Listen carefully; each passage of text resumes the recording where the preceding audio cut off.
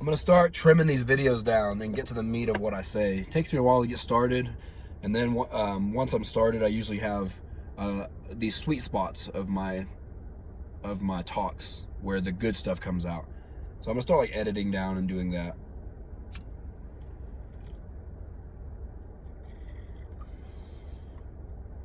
Oh shit! I was about to blow the smoke out and realized no windows were open. Shit. You guys slinging dick yet? Joey Diaz says that the attitude is you're either sucking my dick today or in 5 years. And I really like that.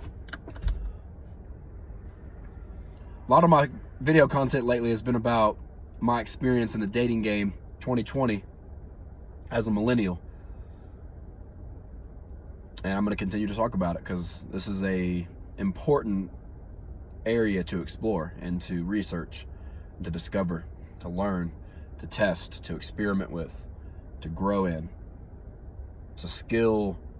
Social interaction is a skill worth developing. Write that down. Give you a couple examples off of Hinge, the dating app. Scrolling through accounts, and I come across a girl, and she says, "We'll get along if you like great food."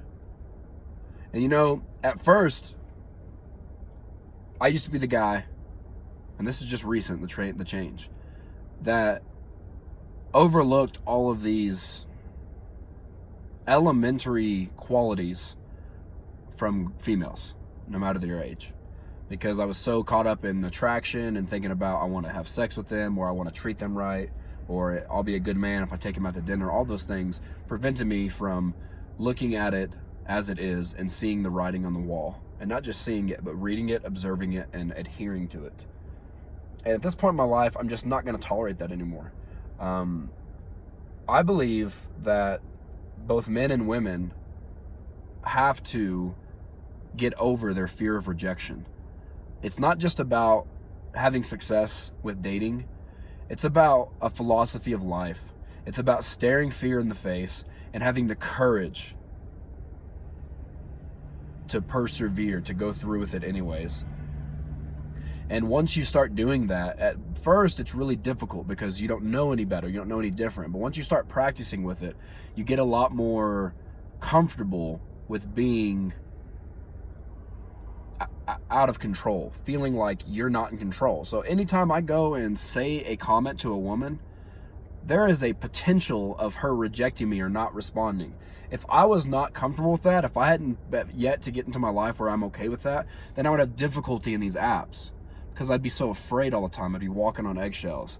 And that prevents my real personality from surfacing, which speed that up down 10 years down the line. I'm not really attracting what I want if I'm not being who I am. Write that down. So what I replied to that girl is, can you think of any person in this entire world who would admit to not liking good food? And then I just put at the end of that, I said, do better. And you know, that sounds really harsh at first. And even I felt the radars of political correctness go off. But I'm just like, you know what? I have a son. I have a kid now. Now, our situation is not ideal.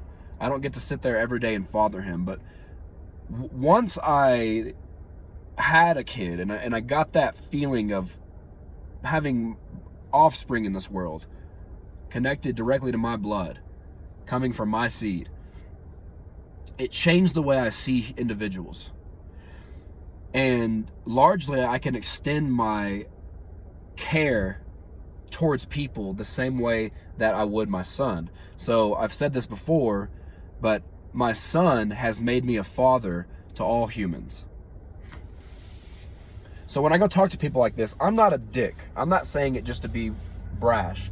But I do believe that we have to start being a lot more diplomatically confrontational with people. Because that's how we learn from one another, is by interacting. So I went on her page and I was like, hey, I was basically saying, you do better. You need to be more precise with what you want. Someone who likes good food, that is the most general fucking term that I can think of in the immediate moment. For something so important as finding a person, whether it's a partner that you're going to marry or even just someone you're going to hang out with. In my experience in the dating game recently here in Denver, I've realized you got to be careful who you even fucking go on a date with, because my time now is so valuable. I want to make the most out of it. I don't want some motherfucker coming and being able to disrupt it because I let them in on it by committing to a date with them. And I've found that happen a couple times. Like that one girl who I spent all night with and didn't even end up fucking, which I'm not even saying that's right or wrong. My point is that that was money I didn't have, and it was time I didn't want to spend. I didn't really even want to go to that. I remember telling my friend that I didn't even want to go. So back to the point though, that's what I told her. Another example, and what I'm encouraging, what I'm suggesting is that men and women alike, or should I really say boys and girls, because you have to realize that a lot of you guys are boys and girls right now. You haven't crossed the threshold of becoming a woman or a man because your life is so easy and you keep avoiding. It's too abundant. You have all these options to avoid your pain and avoid your fear. So you just avoid it and you stay adolescent, and then you grow and grow and grow, and then you become an adult child and you're fucking everybody else's up because we're getting on these dating apps and you're acting like children, but you're talking as if you're an adult. So it's really confusing. And that's why one of the reasons why I think at the core millennial dating has had such difficulty so far. But we're seeing the wind shift and we're adjusting our sails. And that's why I'm recording this video. It's okay. All of these things are okay. We can take a deep breath, look at our mirror, fucking, what's the word? We can rub some dirt in our wounds. That's okay. It's not to say, fuck you, fuck your emotions, they're not valid. That's not what I'm saying, but eventually we have to, I was listening to a song this morning by Switchfoot, and it's called Stars. And the first fucking line, he says, maybe I've been the problem. Maybe I'm the one to blame. And then a couple verses later, a couple lyrics later, he says, maybe I'm the chance of cloudy. Maybe I've been partly cloudy. Maybe I'm the chance of rain. And we got to start looking that way. Maybe you are your own problem. In fact, I will come and validate that and say, not maybe, you are your own problem. And one way or another, that is dictated by your internal energy, your internal vibrations is going to dictate the chaos in and outside of your life. And chaos isn't always bad, but sometimes it's a lot more than we want it to be. So when it comes to these like dating apps, I think it's important for us to keep it real, to say things that we would really endorse. Otherwise, we're just playing these emotional games to get pussy or to get free drinks or to get attention, whatever the case may be.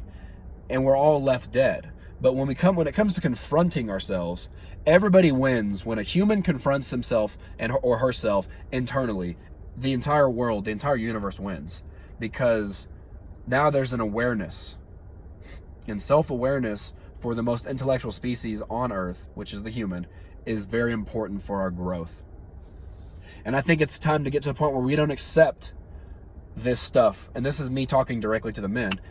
With all due respect to women, I can't tell you how to be a woman because I'm not a woman. But I can tell you how to be a good person based on the differences. There are differences between the men and the woman, but at a certain level, we are all humans. That's where I can talk to another person, but I don't want to pretend that I know what it's like to be a woman, because I don't. However, I do know what it's like to be a boy and then also a man. And what I'm saying to the men, the boys, whatever, don't accept that. Don't accept this elementary behavior from these girls, because that makes them think it's okay to keep going. That's not acceptable, and you're going to get fucked in the long time. You may think, well, I'm trying to get pussy now. Yeah, and then 10 years, that woman's going to start figuring out what she really wants, because right now it's so vague. So you fit in this big, vague idea of what she wants. Big woof, congratulations, you're really a fucking stud. No, what would really impress me, and this is what I tell myself in the mirror, is if you can navigate through this chaotic fucking age of human identity crisis, write that down, then, and find what you're looking for based on being true to what you really want. And that comes from being self-aware, which comes from confronting your fear. You see what I'm saying? I'm telling you, you need to confront that so you can get to the next stages of your life. I'm not saying that to be a dick or anything. I'm just saying this is how it goes. This is the kind of way I would talk to my son. You know, it's a little uncomfortable, it's a little aggressive, but we need that. We need that, and people really enjoy that. They respect that. So don't accept that, man. That's not acceptable behavior anymore. And I'm going around and I'm really calling it out. Another person said, half the time I'm on these dating apps, I'm really sweet, and half the time I'm really troll. You know, I'm yin yang. I'm dark and light. I'm balanced in and of myself. So I don't go and like call them bitches or sluts or anything. But you know, I do go on there. I don't know. It's just I go on and I say what I think in the most respectful way I can without, you know, wavering too far from my integrity, the integrity of what I really want to say. But another girl, God, what was it? Something like, oh, she said, I'll brag to my friends about you if you know how to treat me right. Another general term. So that's the thing about women, is they're so used to not confronting their fear of rejection that they want the man to do everything. So we have to guess what their general terms are. And that puts them in so much control, because if you're off, even if you're on, they have the ability, because they weren't concise what they want. So you fell for it, so you can't hold them accountable.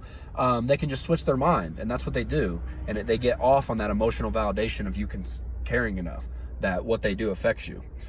And that's immature, and that's unacceptable, and it's not good for you. It's damaging to everybody. And I would expect that from a 13-year-old. I wouldn't expect that from a 25-year-old. And that's why this video, I'm making this. It's time for us to stiffen our chin up, hold our head high, and walk through the fucking valley so we can get to the mountain.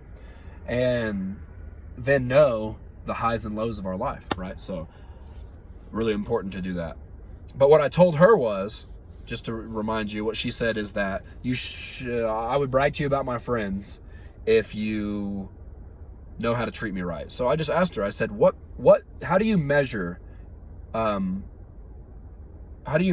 you deserve? How do you, what did I say? I said, what makes you think you deserve to be treated right? How do you measure what you deserve? Or is it only an attractive man doing what you think you want? See what I'm saying?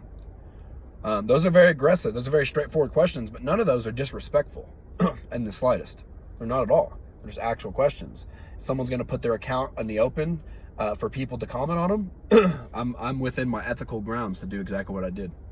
So I went ahead and did it. You know, I just made that decision for myself. So that's really all I had to say. I'm done rambling, so I'm done with this video, and I'm trying to get better. Hope you try to get better too.